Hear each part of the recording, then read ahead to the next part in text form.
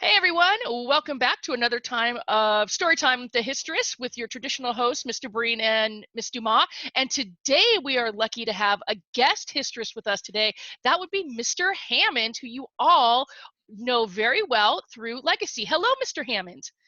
Hi, everybody. I'm also a 10th grade history teacher at Legacy, and I'm also a Rocky fan. Ooh, I think Rocky is a perfect segue into our topic for today. Real quick for the kids at home, because there's no way they know this cinematic classic. Which Rocky are you referring to? Are you talking about Rocky 1, Rocky 2, Rocky 3, Rocky All right, 4? so stop right there. I'm thinking about Rocky 4 in Yeah.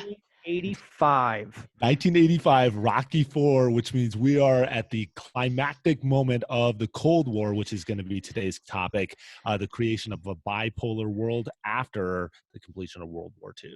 Now, is Rocky 4 where like Drago goes, I'll break you, or something like that? Yes, he does. And the way this all gets started in Rocky 4 is you have these two gloves, these boxing gloves at the beginning of the movie that rise up and then they turn. And one has the United States emblem and the other has the Soviet Union. And they just race to each other. And they race and they like rockets and they explode. Oh, that's so So awesome. symbolic. So Cold symbolic. War. All right, so you, if you're listening at home, you need some background to understand what that conflict is all about, because it's more than just Drogo beating the crap out of. Is it Apollo Creed, or is it Creed already? No, it's Got the first. No, he beats Apollo Creed in the first fight. Yeah. Okay, yeah, Kills them. Yeah, doesn't he kill him? Yeah, yeah, yeah. he kills him, and then Rocky has to get the revenge, and then it made way for the awesome Creed movies that came out a couple of years ago. Yes. This is not a pop culture podcast, but I think we've landed on something pretty good here. We really could make it a pop culture. There's so many things to There's so choose many from. options. All So, right. so before we go down the pop culture alley, Mr. Breen, can you entertain us and just let us know first of all, what is this the Cold War we're talking about? Okay, so you got to put yourself in the moment. It's 1945-46. World War II is over. The Germans have been vanquished. The Japanese have been nuked and vanquished, and the world is looking to rebuild. And in a lot of ways, I think we can start to look at World War II as an extension of World War I. I remember when I was taking my history classes, back 20 years ago, a British historian named A.J.P. Taylor had posited this idea that World War I and World War II were the same war. They're just Mhm. continuation of each other. That war is now complete. The Germans have been vanquished as a foe, and now there's two real main powers that are left over. There's the Soviet Union and the United States. The British they're on the decline, and they're not going to be a world power any longer the way they had been for the last 250 Mhm. 300 years of our podcast. But the United States has now got to look at what was an enemy before World War II, Mhm. allied during World War II, and they got to look at the Soviet Union and say, are you going to be friend or foe? Right. And from the United States perspective, the automatic answer to that seems to be foe, because the communist state and model that's been adopted by the Soviet Union runs like antithetical to the United States model of capitalism and free democracy. Was that clear, like right off the bat that they were going to be foe? I mean, I know there's like Potsdam and Yalta. Like, was Right. was it like immediately 45 ends, World War II ends, Germany surrenders, Japan surrenders, and then the United States and the Soviet Union, who had like this loose relationship as allies during the war, like automatically break apart and say, "I hate you," or did something lead to this? It's kind of a slow burn in some ways. So there's like, not to get too insider baseball with this one, but like FDR, who had been the American president at Yalta, Hmm. had fashioned a really strong relationship with Joseph Stalin, and Stalin was really viewed as an enemy by Winston Churchill. So from the British perspective and half of the Allied perspective, this is a guy not to be trusted. And in some ways that makes some sense, because if you go back to the Treaty of Brest-Litovsk that ended World War I for the Russians had viewed their revolution as being a worldwide revolution from the very beginning. Right. Hmm. And so from the Russian perspective, like, they're going to continue to push. They also want to have like a barrier from the United States. They want to Hmm. have this like buffer so that they can't be invaded. They want to keep all that territory that they rolled up from the Germans in 42, 43, 44, and 45. Hmm. And so from the perspective of the Russians, they're looking warily at the United States and the West. similarly, especially after FDR dies and Truman takes over, he doesn't have the same view of the Russians and the Soviet Union that FDR did. And so it seems like by about 46, like both camps sort of settle in, and then we get in 46 the famous Iron Curtain speech. So, And Mr. Hamm, I want to bring you into this a little bit. yeah. So do you think it was initially the Soviet distrust of anything Western that initiated this Cold War, or was it more the actions of the United States? Well, I think that if you look at the Soviet Union's behavior at the outbreak of World War II, they were trying to expand into Northern Europe with, they made that pact with Germany, with dividing up Poland, and they also invaded, I believe it was Finland. Yeah. And so they already had imperialistic style ambitions in Europe prior to the Cold War. And so I think it's just in some ways, an opportunity to set the reset button for their ambitions once World War II ends. And given the fact, too, that not only is FDR dead, but Churchill is also out at the very end of World War II. And so we have this figure here, Joseph Stalin, who has been in charge of his country for decades and is very savvy, very smart. And I think this is another thing that leads it to the idea this is an opportunity. We have two powers that we fought with, and now they've changed leadership, and Stalin is the same. Yeah. That's an interesting point. Yeah, I think that is a really good point to bring up. And Stalin's already been through his learning curve of how to expand and consolidate power, right? Because the 1930s for him were this really messy time. But now by 45, I mean, he's got his 5-year plans are in place. He's got a war economy set up. It's actually working the way that he envisioned it would work with regards to collectivization and production. He has the largest army in the world. Yeah. And had it not been for the U.S. use of the atomic bomb in Japan, which was controversial, not just because it's an atomic bomb, but there's also this idea of like, was it necessary to drop the bomb to beat the Japanese? Well, some historians and scholars will look at that and say that was a warning shot the Soviet Union, and to let them know that that expansionary goal that Patrick, that you brought up, you're right. I think that that's something that should definitely be considered when we think about the creation of really what now we can call a bipolar world. On the one side, you've got the United States, and the other side, you've got the Soviet Union, and every other country in between that's not already aligned is ripe for the taking by one of those two sides. Yeah, so it's this idea, this bipolar world that we do have in 1946, when, like you had mentioned, Churchill's speech, and the Iron Curtain has descended upon Europe, and on one side of the Iron Curtain is obviously the Soviet-controlled region. On the other side is, pro-democracy. And the Cold War is usually, from my understanding, presented as a battle between democracy and communism, a very restrictive form of government, very few rights for communism. I mean, obviously that's not the true definition of communism, but that's certainly how it was practiced under Stalin. And then totalitarian state, yeah. And then the democratic states of the Western nations like England and France in the United States. And like you had mentioned, in this bipolar world, the big issue that we see during the Cold War is both the United States and the Soviet Union are going to force nations to pick sides. Nobody can stay in the middle. You are either pro-democracy in US, or you are pro-communist and pro-Soviet Union, and there is no gray area. There is no middle ground. All right, so there's your boxing glove analogy, right, Patrick? That's nice. The boom, right? And so they're going to knock them out. So, all right, so if let's say Patrick is, or Mr. Hammond is the Soviet Union, and I'm the United States, am I just going to be going red? in? He is wearing red. He is, yeah. Showed up prepared today. Nicely done. Am I just going in and throwing haymakers then? Am I just going to try to knock him out if we keep this boxing analogy? Or what's holding me back as the United States or from the Soviet perspective, from Hammond coming over and knocking me out? Why don't we see the Cold War getting hot? It's this thing called mutually assured destruction, or MAD is what they called it. And the problem is, once both sides got access to nuclear weapons, here's the deal. If they directly fight each other, right, and it escalates, then one side's going to launch nuclear weapons at the other, and the other one's going to launch nuclear weapons, and we are going to have mutually assured destruction. We will destroy the planet. It was too dangerous of a game to have the Soviets and the United States in the boxing ring together. They could never directly face off, because if they did, it was going to lead to nuclear war. And so that means if they want to fight each other, that they can't do it directly, they're going to have to do it through others. And that is where we get this thing known as proxy wars. Mr. Hammond, can you talk to us about what a proxy war is? Well, instead of me fighting against Matt in the ring, what Pop, we're pop, doing pop. Oh. is we're going to have rings that are going to be far away from us, and we're Mhm. going to support the boxers inside of those rings instead of directly fighting each other.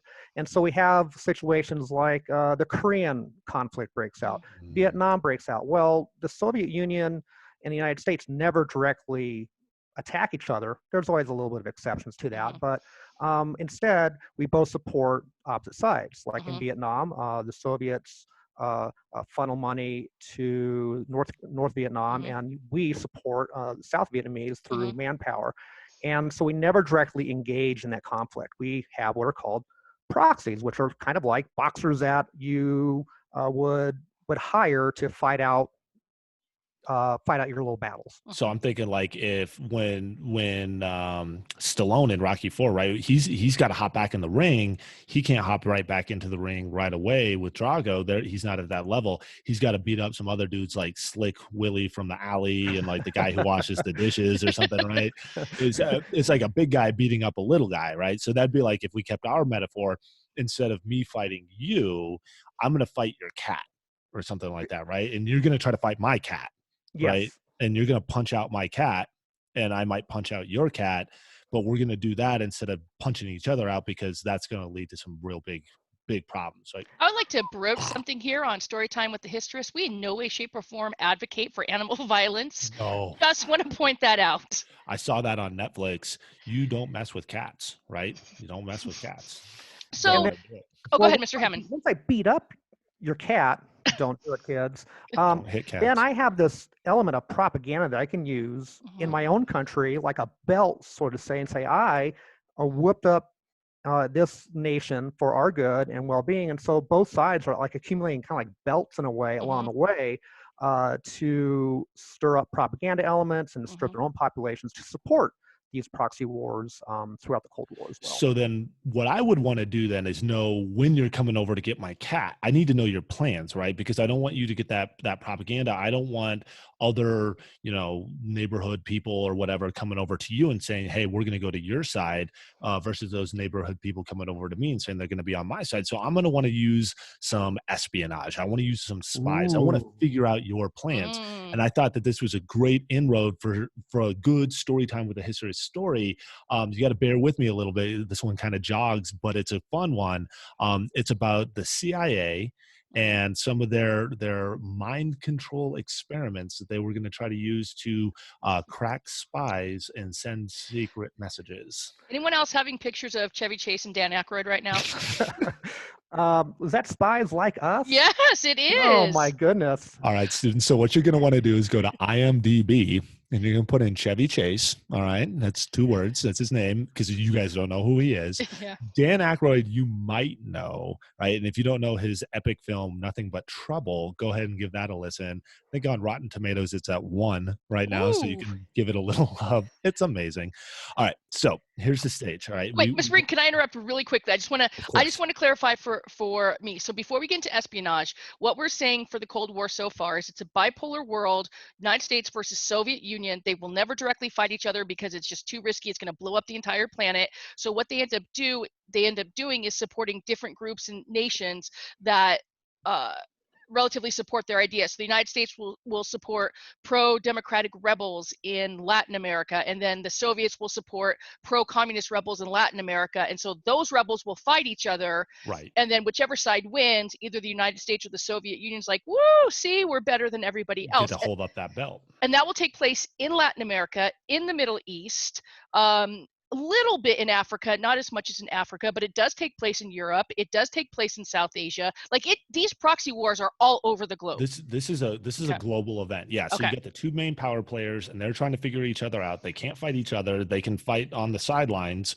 Mr. Hammond said, United States essentially versus North Vietnam, or later like the Soviet Union versus Afghanistan. Right. But both sides are weighing in whenever possible. And so outside of like the Cuban Missile Crisis, which is A, the closest the world ever came to ending, and B, one of the few times that we see both sides directly squaring off. And you get that wonderful piece of made-up history, the Dean Rusk, we were eyeball to eyeball and the other side blinked. Yeah.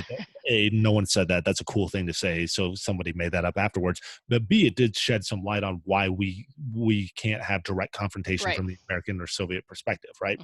So what they do is instead they start to engage in these low-level sort of spying events. And what the United States attempted to do during the 1950s and early 1960s was to create a mind control basically a process. And the short story version of how we get here is, Mr. Hammond, you had brought up the Korean War as that first proxy war. Some American pilots have been shot down and basically been brainwashed vis-a-vis torture in POW camps, prisoner of war camps, to say that the United States was spraying like anthrax on North Korea and on China, and then the United States was bombing babies and all this sort of stuff. And these guys are saying this on TV. It's that propaganda belt that you were talking about. And so some of these servicemen, when the war is over, they get brought back, and they're continuing to say like, no, I totally sprayed that anthrax. I totally blew up those babies. And the United States is like, A, that's not true, but also B, we can't have you going around saying that. So we need to deprogram you. And so they bring in this guy. We're going to call him Dr. Jolly West. His nickname was Jolly because he's a big guy. So his nickname was like Jalston was his middle name. Everybody called him Jolly, right? So you got Jolly West. He is a mashup of like insider sort of like CIA OSS type of personality. He's a hypnotist, and he's a psychologist who's doing a lot of his research around mind control drugs like truth serum, and later it's like psychedelic drugs that are going to be really popular with hippies. Please tell me we're going to get a chicken dance out of this somehow. Oh, there's some dancing. There's some craziness that's about to go down here. Don't worry about that. So he starts working with the CIA sometime in the mid-1950s in the CIA-coded project called Project Bluebird. And in its initial phase, the idea was you could implant memories into people, but they don't know they have the memory. And then you could send them like overseas or into the Soviet Union. And you could use this as a way of basically like passing notes that cannot be intercepted. It's like a mind control version of invisible ink. Right. But the funding for this project was really small. There was like not enough appreciation for what it could be used. So it gets consumed by another CIA project that's looking at doing mind control for like soldiers on the battlefield. This is called Operation Artichoke. So we've gone Operation Bluebird to Operation Artichoke. Are we going to get to the heart of the matter of this? I love those puns. All right. Patrick, you with me? I can see your face right now, Patrick. This is true history. All right. Yes, it is. And we have the CIA, hippies, artichokes. We got it all. All of it, right? And so Operation Artichoke starts to like, bear some fruit. I don't know. Oh, yes. Fruit? Here we go. All right. Good. Yep, this is like shades of King Cholera, just without the diarrhea. All right. So Operation Artichoke starts to bear some fruit. And there's this belief that, hey, we could actually like implant memories. And Jolly West goes back to this guy, Dr. Gottlieb. He's in charge of the CIA program. And he's like, I have had a breakthrough. I can actually create a false memory. I can take a real memory from somebody like, the first time you ride your bike. I can take that memory out of somebody's head, and I can put a new memory in their head that says, you fell down the first time you tried to ride your bike on your own and you got scared and you never wanted to ride it again. And then when that person comes out of hypnosis, they think they don't know how to ride a bike, right? And so then the idea was, oh man, we could totally mess with the Soviets with this, but we got to ramp up this on a bigger scale because we could use this for passing notes like Bluebird, Operation Bluebird, but we could also use this to destabilize like Operation Artichoke. So we get the creation of one of the most nefarious, awesome, heavy metal influenced CIA programs of all time, Operation MKUltra. All right. Yes. Yeah, you know MK that. Ultra. Oh I'm You know sorry, yeah. that one too. I don't know the MK Ultra reference. All right, Patrick, why don't you handle MK Ultra for some of this to Um, help her out? man, I'm going to go on your expertise on this one, and you seem Oops. really excited to talk about this. I don't want to take this away from you and choke on all the info on. Oh, Ooh, I another like it. pun. All right. So first of all, anytime anybody refers to anybody like as an expert, you gotta those are the air quotes, right? Nobody's an expert on this, No. but we do know that MK Ultra was real for a long time. The CIA like plausible deniability. This isn't really real. But there was like a senatorial hearing after Watergate. This is mid 1970s at this point when MK Ultra is actually disclosed. And what is disclosed is by this guy Gottlieb that like what we did is we took people like everyday Americans, we took people Mhm. out of prison cells, we took people out of the military service, like think like the Tuskegee experiments, Yeah. unfortunately. Mhm. And people were dosed with LSD, they were hypnotized. The most famous, and this is as It's close just like Tuskegee, but with acid. Yeah. which makes it better, I guess. um, but essentially, Gottlieb has to disclose, and he gets full immunity. But this is on congressional record. This is like Mhm. 1975. He discloses that the United States at least dosed 2 people that were informed that they were dosed with acid outside of their consent to see what would happen. And this guy Jolly West, he shows up whenever there's these massive events of like basically like implanted memories or like out of control crazy stuff. And Mhm. so he'll show up like Jolly West will be in the Haight Ashbury in 1967, 1968 when Charles Manson is up there doing his thing, right? And so there's this connection to like, did the CIA have some sort of influence through Operation Chaos, which is this awesome book that both Patrick and I are reading right now. This is how I became a expert, Expert. right? I think that's Tom O'Brien, I think is the name of I the believe so. Yeah. author on that one. So Chaos, Operation Chaos, the secret history of the CIA and the Manson murders. But yeah, Manson's up there. But I think the person that's most intriguing for most Americans that has a connection to Jolly West is Jack Ruby. Jack Ruby Oh was my the guy who gosh. shot Lee Harvey Oswald, Yeah. who's the guy who shot Kennedy. John F. Kennedy in Yeah. 1963. And that's where you start to get all these like crazy Cold War sort of conspiracies and stuff. But West is the guy who declared Jack Ruby insane after a 2-hour sit down with him. But Ruby had said, in lots of interviews before this, like he was a sound mind. He knew exactly why he shot Oswald and all this sort of stuff. And then West comes in, and this guy is like clinically insane. The one thing that Ruby said he had no real memory of is why he shot Oswald like in that moment. Like he knew Hmm. he was angry, he knew he wanted to get revenge for Jackie O and all that sort of stuff, but like he had said and filed court papers, he didn't know why he chose that moment that day. So this Jolly West guy, and I keep thinking Jolly Green Giant to go with the whole artichoke vegetable theme. But anyway, so this Ho this ho ho. Green Giant, yeah.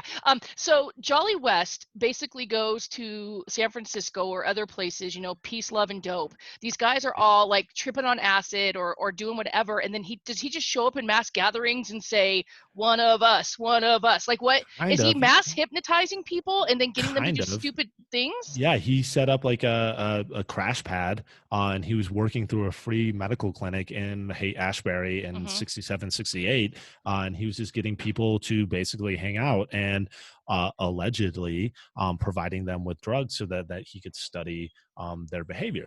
And again, if we take this all the way back, because like I said, when I started this historicity type Yeah. story, we could take it all the way back to the Cold War, though, and to what Patrick talked about with proxies.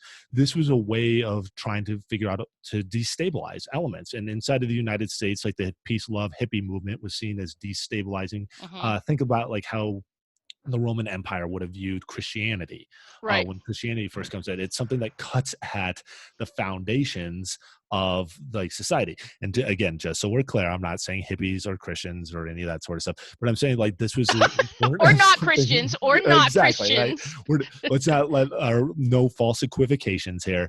But what I am saying is that there was enough fear inside of the United States that there could be destabilization that one of the ideas is the Manson murders, which were committed by hippies, were meant to show Americans how nefarious and dangerous hippies could be. No. And so Right. we would take people, we'd brainwash them, give them false memories, insert them into a foreign country, or we do this to a group of people, get them to start some kind of movement in a foreign country based Mhm. on false ideas created by drug-induced whatever, and then that would lead to future proxy wars. Or winning future proxy wars. Damn. So I don't know. I definitely want to see. I want to throw a bone to Patrick if he knows this one.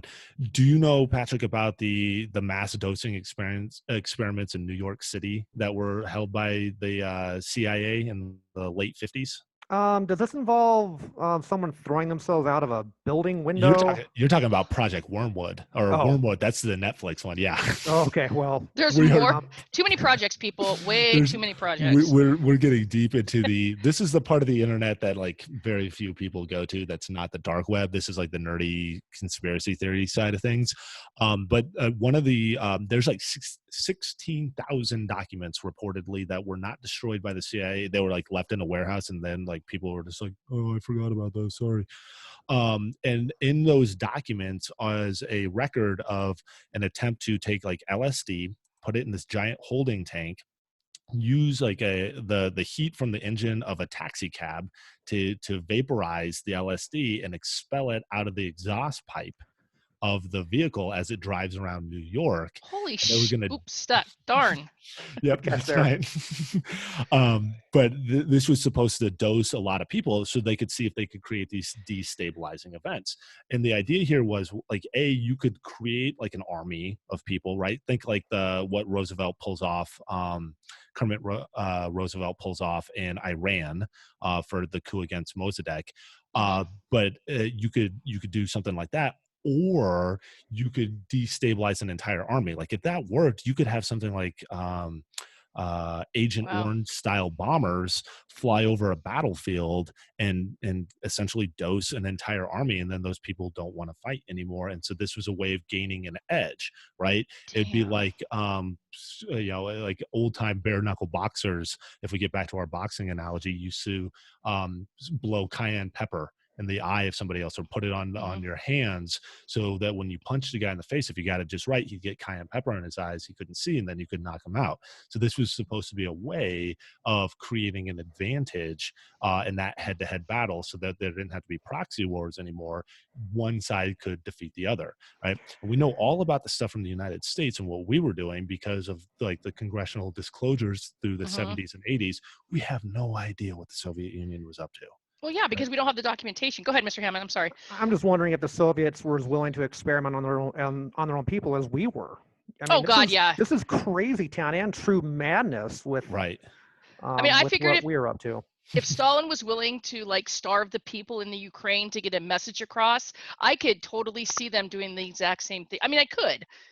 Right. Some of those hardliners, especially as you get into the 80s and it becomes more and more apparent that the United States is going to win the Cold War because of, material advantage and Right. money and everything else.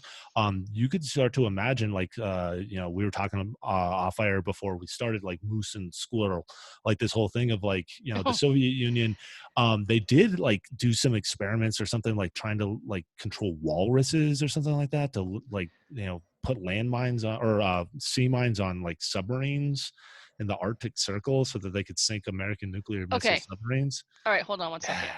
Cold War's nuts. Well, I don't necessarily agree in any way, shape, or form with mass dosing anybody for LSD for destabilization. I at least see Not the necessarily.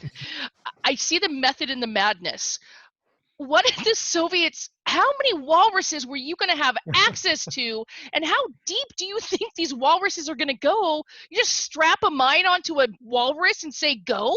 That's the idea. We have to find out how deep walrus can go. I don't know. I think we're all familiar with the quote unquote conventional battlegrounds Right. of the Cold War, right? The proxy wars that you talked about, Mr. Hammond, or the space race, Right. We'll go to space and we'll fight up there. But I think that the Cold War, one of the things that's really interesting is it really kind of wove its way into society and really changed the way we think about ourselves and we think about other countries in our world. And that's still with us today. Yeah. And I would, again, as on a side note, which I know we can't get to in this podcast, but the Soviets and the United States forcing people to pick sides and then supporting these not actors but like these groups in various proxy wars from especially like the 1960s all the way to the late 1980s, that is going to come back and bite both sides in the butt. Like it has huge ramifications post 1990 when the Cold War ends and Berlin Wall falls. Yeah, it totally informs a worldview, which leads me to a question I got for both of you guys. We've talked about this on previous episodes. I think even in our last one, those poor millennials getting blamed for all those beach parties lately. I know, I was wrong. You were wrong. That's It Gen was Z. Gen Z. That's I Gen know. Z. I know. Millennials, we're bad for different reasons. All right. So, but both of you guys are Gen X. Yeah. You came up not through like the whole nuclear hysteria, right? That Right. would have been the baby boom generation that grew up with the like, we're all going to get blown up. You guys came up through this different time period where a lot of the nuclear missile test ban treaties and the beginnings of like the strategic arms limitation was going on. Like, what was it like growing up in this moment where like we're still fighting the Cold War? And I'm really specifically thinking about the Reagan years when things started to ramp back up in 81, 82. Because again, for all of our listeners, but even for me, I'm not born until 83. So like my memories are non-existent of that time period. I want to talk early on because my biggest memories or some of the memories are early on. I do remember we did do like nuclear war drills where we'd have to climb under our desk. Under your desk. That's gonna save you. And then I do remember some movie that came out in the early 1980s, like The Day After Tomorrow. Just the day after. And it was this whole thing that the Russians or Soviets had launched nuclear weapons and like cities were exploding in the United States. And it was all about these after effects of like a nuclear winter and people's skin melting off. I'm like, that is the biggest piece of propaganda. And it scared the crap out of me. Like, I'm like, oh my God.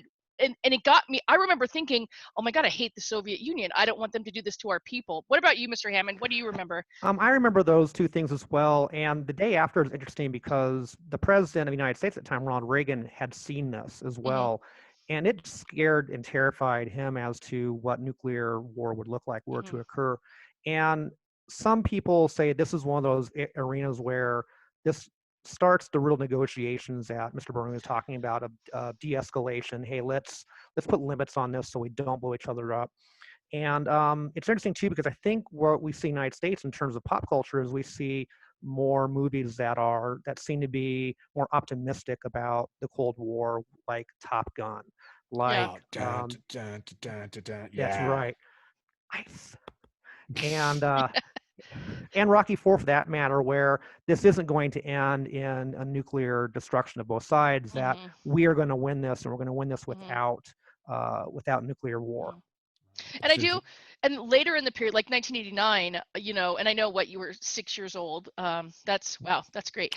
But I do remember watching the Berlin Wall fall. Like because CNN was on. That was when CNN first came out, and I just remember, and we kept it on, all night and all day in my household as more and more people came from East Germany and climbed on top of the wall, and people from West Germany came up and joined, and they were tearing the wall down. And I do remember thinking, oh my God, this is a moment in history. And it was, I remember being excited. I still get goosebumps about it. Wow. That, because it was just like the coolest thing. And I think at that stage of the game, I think both sides realized, enough was enough. Like, we'd had it. We knew the United States was going to win, but I don't remember the United States doing a tremendous amount of gloating about it. I don't remember going, woo, we won. And I think that has more to do with maybe Reagan backing off the great evil that the Soviet Union was, and then also Gorbachev being in power in the Soviet Union. Interesting. So who's Gorbachev? Maybe Patrick, you can handle this one. Who's Gorbachev in the span of Soviet leadership, and how is he responsible? We talked about Reagan, but who's Gorbachev? How does he end this thing? Gorbachev is very interesting because he has a different model for the Soviet Union than people we previously looked at, especially Stalin. Another really important Soviet premier is Nikita Khrushchev. And then there were... we will crush you. We will crush you. Yeah, he took a shoe in the UN. Yes. Yeah. Awesome YouTube video out there. Totally. Yeah, there is. And then under Brezhnev, which was the next really important premier, we see this escalation of Cold Warism, of the Mad Doctrine. And then he dies, and then there's a couple of minor premiers, and then Gorbachev takes over, and he really has a different vision of the Soviet Union. And in fact, it's kind of like, I would say, like what the Japanese did prior to when the Meiji Restoration happens. Like, we have to look to the West a little bit, because we're starting to see things fall apart a little bit. We have this nuclear facility. Arsenal, yeah. No, this nuclear facility that melts Oh, down. yeah. Chernobyl. That happens early on in his premiership, and the cracks are being shown. So he starts to put in some policies of openness and trying to get some of his satellite countries that are part of the Soviet Union to liberalize a little bit, to come up with some experimental models, and maybe loosening up on some restrictions from a more centralized state. And this proves to be, unfortunately for Gorbachev, he didn't envision this, but this proves to be most of the undoing of the Soviet Union, because this taste of freedom that these people were given under Gorbachev, they wanted more. They wanted the whole elephant. They didn't just want the tail that Gorbachev was trying to give them. And this led to a lot of infighting, a lot of lost control. And when the Berlin Wall falls, it takes just one more year later for the entire Soviet system to fall apart. Interesting. I think I like the parallels that you draw with that too, Meiji, not just the Meiji Restoration, but it also gets me thinking about the last days of the Tsarist Empire, and some of the reforms that were attempted after, like, Bloody Sunday in 1905. And this idea that if you're going to go down this path of reforming, you're either all in or you're not in at all, right? Yeah. And so, like, if Stalin was like the premier, the man of steel, Gorbachev almost sounds like the man of, like, tinfoil, right? He wants to still have the facade of strength, but it's bendable, it's pliable, it's hollow. Yeah.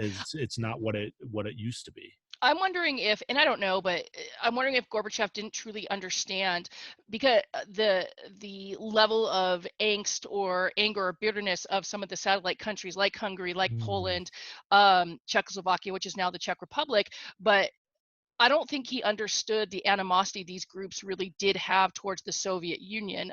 You think he would have after the Solidarity movement in Poland in the early 80s. That's what I was just going to ask you about. Yeah, but he didn't. It didn't obviously work, and so it's this idea that once they started to be able to break away a little bit, it was going to be hell in a handbasket. It was all going to break loose. And that's kind of what we see. You were talking, Matt, about the 1905 revolution, but we see with the 1917 February revolution that there was that provisional moderate government, and that just wasn't going to be enough. No.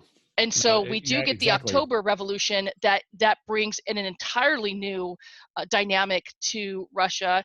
And I think that's what we're going to see in Hungary and Poland and everything else like that. And Gorbachev just can't control it. So by that time, it's done. And then when the satellite states gain their freedom, you know that the Soviet people can't be that far behind, because they're like, no, it's all or nothing at this stage of the game. Yeah.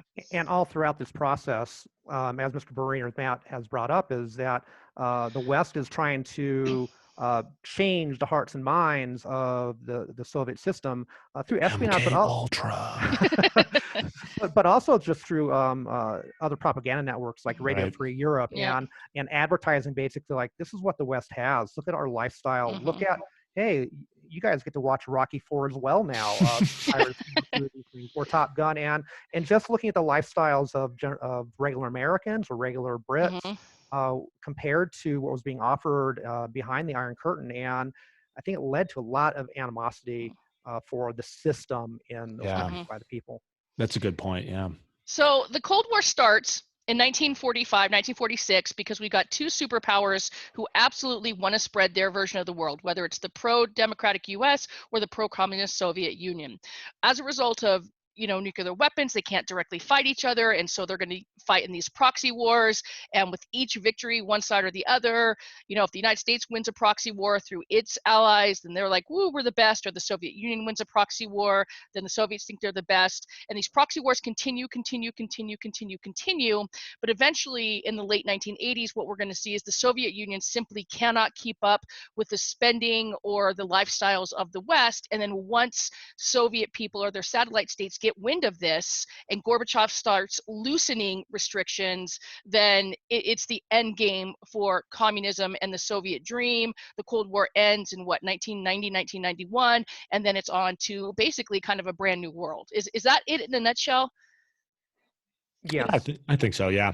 I think that I mean, yeah, because I mean, if we go back to just that generational piece, like growing up a millennial, like that was always in the past. That, I mean, there's that whole, George H.W. Bush end of history, and that idea, mocking Marxism, and we're going to turn the page. And, and now when we look at some of these leftover tensions, they seem to be something different than they were before. And the rest of the world in a lot of ways was held captive. It seemed like for a long time during this Cold War. And now we've got this new space created for India or for sub-Saharan Africa or for a lot of the Latin American states to kind of, flex in their own right, or, think the South Korea or Japan, and become what they could have became maybe decades sooner had it not been for all that tension. Yeah, I think it is a new world that comes out of all this. A new frightening world. This wasn't Yeah, something it's not that better. when the system fell apart, the Soviet Union lost control of its nuclear arsenal in some ways, to where centralized control is no longer there. Now you had countries like the Ukraine. Hey, we have weapons now, and what happens to those weapons, and who's going to maintain them without the Soviet apparatus to maintain them? So the United States kind of is put in this position where we have to kick in some money too, to make sure that we don't have more meltdowns, or that these weapons don't fall into wrong hands. Wrong hands being people who do not believe in the MAD doctrine. Right. Right. Who don't care. Yeah. And so I think, that takes us all the way to, the United States and policies right up to today. And there's this heavy backlash, it seemed like in 2016, against like America being the pivot point of the world, and because we pay for everything. But I think you bring up a good point, Patrick, of like, the United States had some onus still. The world had been created, and 50% of this world was directly molded by the United States. And then the other 50% was molded by the response to the United States. Right. And now there's this responsibility that, we had shouldered for decades. And hopefully, I'll speak as an individual, as an opinion here, but that we continue to understand that it is a scarier world in a lot of ways, and we do have a lot of onus for the way why things are the way they are. Ooh, that should be our next podcast then. Maybe that's what we talk about. We do another podcast with the three of us and talk about, okay, now that we have this brand new world in the 1990s, why is it, or why does it not look that much more safe than it did when we had the Cold War for 50 years? Because everybody did think once the Cold War ended, everything was going to be awesome, and we're copacetic and peaceful. And yet, actually, I would argue, and I could be wrong, it is a far more dangerous place now because we aren't a bipolar world. Does that make sense? Yeah, yes. I think so. Yeah. Yes, it does. All right. So this time next week for part 2 of this podcast. I like it. 2-part. We haven't done a multi-part podcast in a while. I'm excited. And Patrick, you can be back and be our guest historist. Oh, I'm absolutely honored to be here. I will be here if I can. And there's more Rocky movies to talk about. Okay. Yeah. Okay. So I'm not going to, even though I'm in like quarantine, we're all in quarantine, right? I'm not going to watch Rocky IV. I'm just going to say it right now, and I'm going to guess many of our listeners are not going to. Does Stallone punch out Drago? Does he win? What does he get bloodied? Like, do we have mutually assured destruction? Like, what happens at the end of Rocky IV? Okay. Spoiler alert. Spoiler alert. Rocky wins. Not the United States. Yeah, and by the end of the movie, by the end of the fight, the big fight, all the Russians in the audience, because it's in Russia, of course, in Moscow, I think. At the beginning, Drago is just taking them out, taking them down. There's no way Rocky can win, but through guts and determination and American spirit, that's right. He comes back and he starts winning, and the crowd turns, and the crowd embraces Rocky. And they start singing, Rocky, Rocky, Rocky. And in the end, he wins. And that's, in some ways, kind of what happened. That's America. I think they were pumping the LSD into the stadium, because I really cannot see any Russians in the mid 1980s ever turning towards the United States. What you don't see is that old man in Rocky's corner is throwing Levi's jeans. Yes. out into the crowd. Vote for Rocky. Vote for Rocky. And they're all like, Rocky, jeans, whatever, man. Yeah. Levi's. That's probably what they were saying if you listen closely. But they ran it through a filter. Yeah. All right, guys. Well, this has been fun. It's always good to get out and connect, especially in these times. So thanks for being here, Patrick. Thank you for having me. All right. Always enjoyable, Mr. Breen. All right, Jen, who are we and what is this? Ladies and gentlemen, this was another edition of Storytime with the Histress, and we will see you next time. All right.